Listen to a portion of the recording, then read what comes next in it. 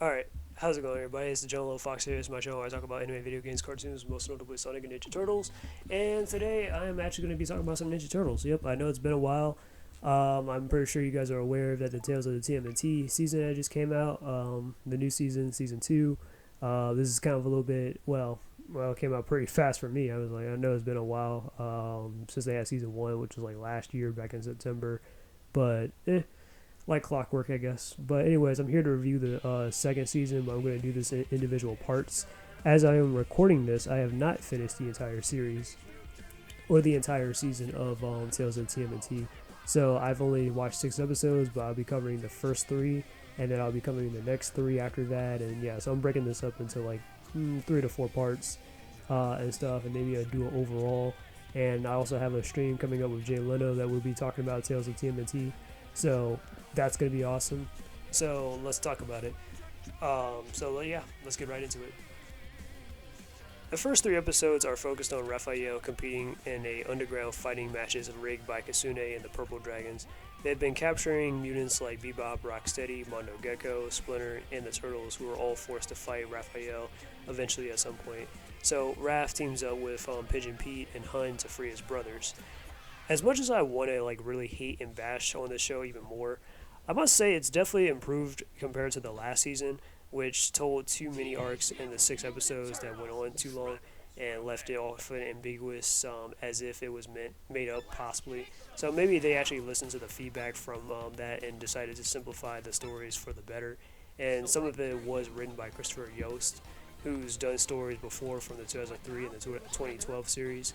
He's also known mostly for his work on Marvel, X-Men Evolution, Wolverine and the X-Men, Avengers, Earth's Mightiest Heroes, etc.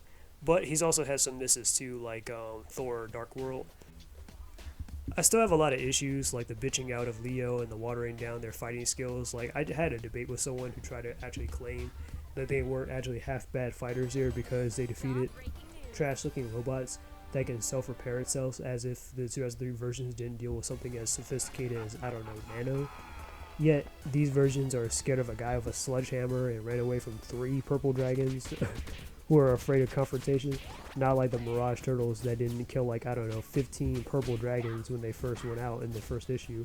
Or the 2003 Leo who didn't he not defeat 13-foot ninjas by himself, who was relatively the same age as these turtles are.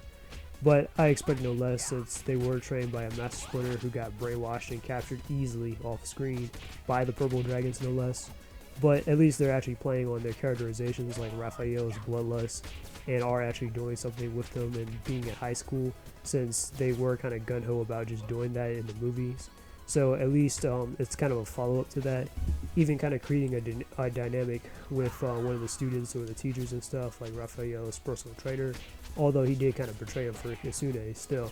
I thought, at least they're doing something with that, though. That was kind of one of my criticisms for last season, where, like, why would you put them in school, but not at least introduce that? What if they had friends or a teacher or something that they can connect with or something, I think that would have made it better for the first season. Well, honestly, I still prefer the Turtles to still be homeschooled. That's just me. I don't think you had to really put them in school to be like, oh yeah, look, they're just like teenagers now. No, you can still be a teenager and still be homeschooled. Like, that's kind of how the Turtles, but I'm getting ahead.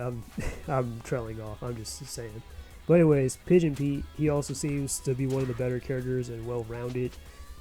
He's still being what Splinter isn't here, actually, an actual mentor figure for the Turtles, probably because the writers actually listened to those bitches online who complained about Splinter being a stereotypical Asian master with a lot of wisdom, even though he's a ninja master. He's based off of that archetype of Mr. Miyagi, Master Yoda, and Stick from the Daredevil comics and stuff. But people would be like, oh, especially some of those chicks that be like doing those video essays on the Ninja Turtles and stuff. They'd be like, oh, I don't like Master Splinter being a stereotypical Asian master.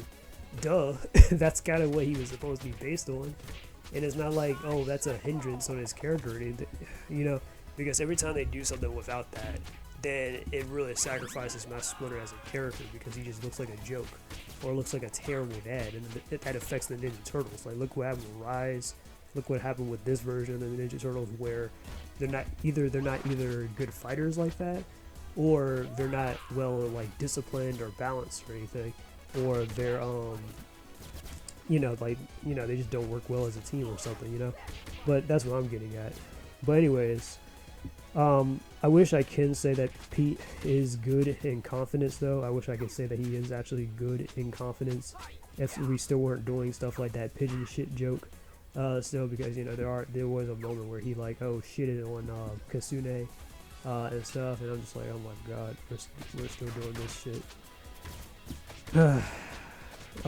Which a little fun fact though, on a positive note, 2012 Raph actually I think has a lot of similarities to Mike Tyson, which if I haven't said this before, since there is a small if you actually paid attention to a small attention to detail there in the 2012 series, Raph actually likes pigeons, or he he doesn't mind them.